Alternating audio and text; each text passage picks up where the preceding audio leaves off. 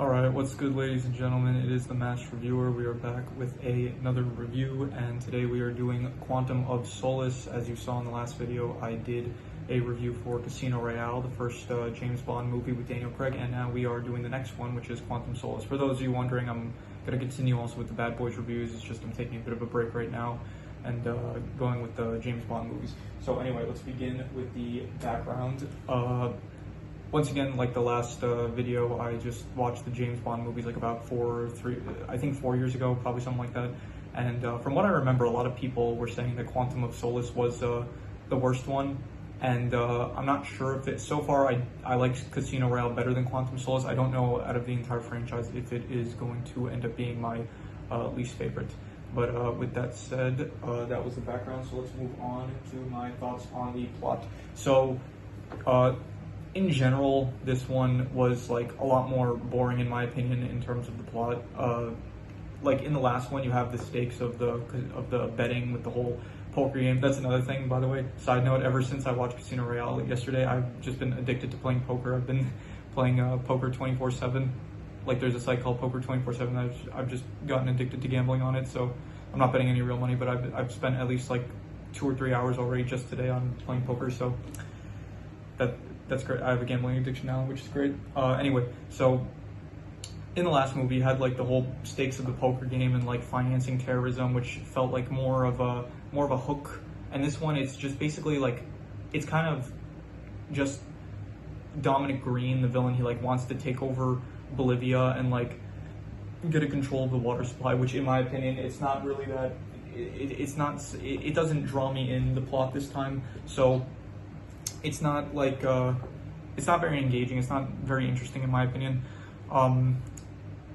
Yeah, he's basically just like he wants control of all the water supply, but at first it's like I think he tricks the government into thinking like he wants oil, and then he gets the land, and then he reveals he's using it to get the water supply so he can like make a profit off of it. Which it's not that interesting. It's like it's very secluded. Like in the last one, it was like we're funding terrorism directly. This one, it's like I guess the stakes are higher, and you could say they're higher than the last one technically because like, you know, if he does succeed in like all of Bolivia, I guess they go without water and stuff. And I guess it is like he does become like a dictator or whatever. So there is like there is still stakes, but it's just not as interesting as the last one in my opinion. So for that reason, I'm gonna give the plot probably I'm just going to give it a 4.5 in my opinion. The plot, it just was not that good. So this here, I'm going to remember this time that to write down the number scores in the calculator while I give them, so you guys won't have to wait at the end. So you're welcome for that. Yeah, so 4.5. Moving on, the characters. You know, Daniel Craig, James Bond, he's still doing what he's doing, I guess. Like, he wasn't any worse or better than the last movie. You have, who else do you have? You have M, she's still there doing her thing. This time, instead of Vesper, since she died at the end of the last one, you have Camille, which, like, she has like motivation to. She's not even going after Dominic. She's going after the other guy, like General Medrano, who I guess like killed her family and like raped them, I think, and like burned her home down. So I guess that's motivation enough for her to go after the general guy. But in like, she's not really just. Like Vesper in the last one, she like didn't really also, she was just kind of, it wasn't until the end of the movie where it's like, you find out like her true motives and stuff, and in this one, like, you do know what's her name? Camille's motives, but it's just pretty basic. Dominic Green, he's not as good of a villain as Mads Mikkelsen was in Casino Royale, in my opinion. He's just very, like, I guess he does play the role of a villain fine. It's just like he's not that interesting. He's just trying to get power. It's like pretty basic stuff. Anyone else? Mr. White. I don't know who this Mr. White character. I remember. I think he was in the first movie a bit. I don't even remember if he was in this movie. So it's weird that he's listed here. I don't. If he was in this movie, then he was so forgettable. I don't remember what he did. Mathis, or Mathis, however you say his name. He was in this. I didn't really talk about it in the last movie because I didn't really. He wasn't that memorable in my opinion. In this one, he dies, and I do actually, looking back, I do feel kind of bad for him. Like, he was accused of like helping the chef, whatever his name was in the first movie. Like James Bond was like, oh, you revealed that I knew about his his giveaway in poker, and then so he got accused of that, and then he got like interrogated, and then he retired after that. And then in this one, like pretty much he's just been helping James Bond this entire time. He just got screwed over in the last movie, and this one, like he got like I don't really know what happened, but like he died because he was in the trunk of like the car that James Bond was in.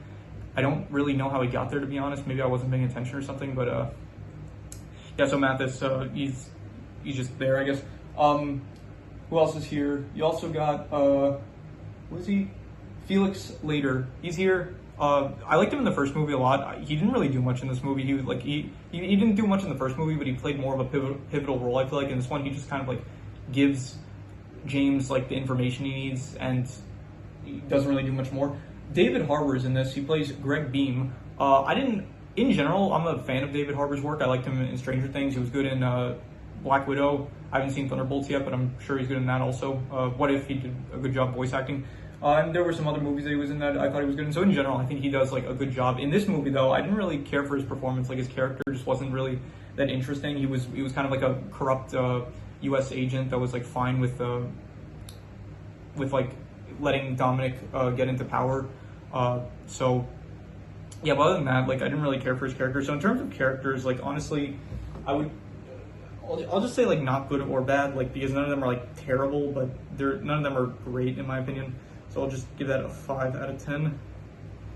Okay, my marker is not working. That is, don't know what's going on. There we go.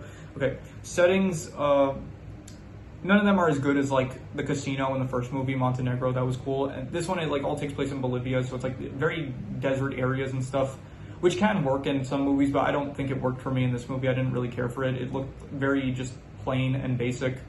Even the final showdown area, it just wasn't really that cool in my opinion. I would give it a 4 out of 10. It was bad in my opinion. I didn't really care for any of the settings in this. Onto the genres. As an action, it was fine. Again, in the last review, I said the close combat stuff, it works good. And a lot of the gun scenes they were average. It's basic gun stuff. Towards the end of the movie and stuff, there's a lot of gunfights going on. It's fine. There's some explosions in there. It's all pretty basic. I'm just gonna give it a 5 out of 10. It's not good or bad. I thought in the first movie it was probably better, like because at least in the first movie I had like more chase scenes. This one starts out with a chase scene at the beginning with the cars, but just the action is just average in my opinion. The suspense, I would have to give this like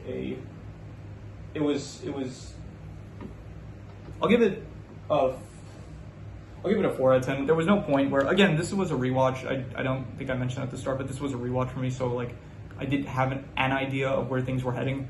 But even then, like, I wasn't at all like, at no point was I like worried that like something bad was going to happen, because it just, I don't know, maybe because it was a rewatch for me, but at no point did I feel like any suspense involved with this.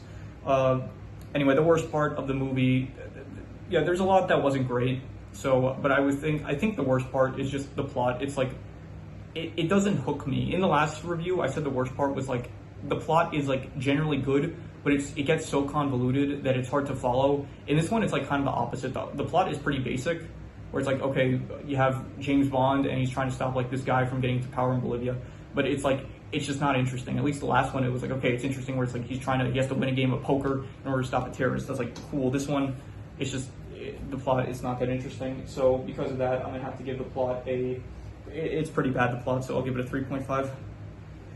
In terms of the best thing, probably I would say the best thing about this was probably just Daniel Craig's performance. Like, he still does like a good enough job as James Bond, and him playing the character of James Bond is still like, there are like, it is entertaining to see, at the very least. So because of just Daniel Craig as James Bond is still like, it's probably just the best part of this movie, just him being James Bond. So I would give it that I'd say it's 6 out of 10. It's above average. The fact that like him playing James Bond, I completely forgot I was supposed to do this.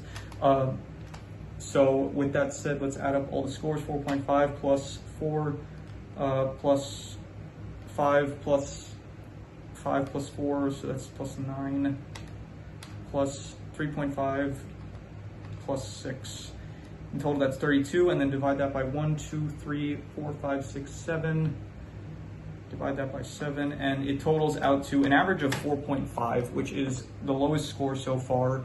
I would give it probably, honestly, that's fair. It's a 4.5 in my opinion. It's like, it's not good. I didn't, it wasn't really that enjoyable for me. So yeah, any extra details? There was some good cinematography, I'll say that. There was like some decent shots, like towards the end, I thought, in the third act, like in the whole, like when the explosions were going off and stuff, and like when James is like going after Dominic, I thought there were some good cinematography shots there. The opening was also very good. I thought, if anything, I think the music for the opening in this movie was better than the music in the first one, but I still think the visuals for the first one were probably still better. Also, there was a parachute scene that I just thought was completely unrealistic. They fall like, I don't know, like at least, I don't know how tall it was, like maybe 20 something miles / kilometers, however, I'm not good with distances, but they fall like extremely high, and then right before they hit the bottom, they deploy the parachute. It absolutely should have killed them. From what I'm aware, you have to like deploy a parachute really high up before hitting the ground in order to like survive. So that was just unrealistic in my opinion. So overall, like the movie, it was not good in my opinion. It was just, yeah, all the stuff that I mentioned. It's just, I had a feeling going into it, like from what I remember from watching the movies, this was my least favorite then, and from what I heard from other people, I try not to base these reviews around like what other people's opinions are. So actually, I mentioned at the first video my inspirations for like movies and stuff. I didn't say that I don't watch them anymore because I don't want my opinions of like media to be shaped around other people's opinions, which I felt like I used to do in the past. So I completely, like when I give these reviews, I'm trying to give my authentic, genuine thoughts about stuff, and like not like taking something that someone else said and like just regurgitating their opinions as my own. So yeah, so that's pretty much all there is to say about it. And so if you have any recommendations, leave them in the comments, any movies, anime, or shows, and I will possibly check it out. And with that said, let's leave it at that.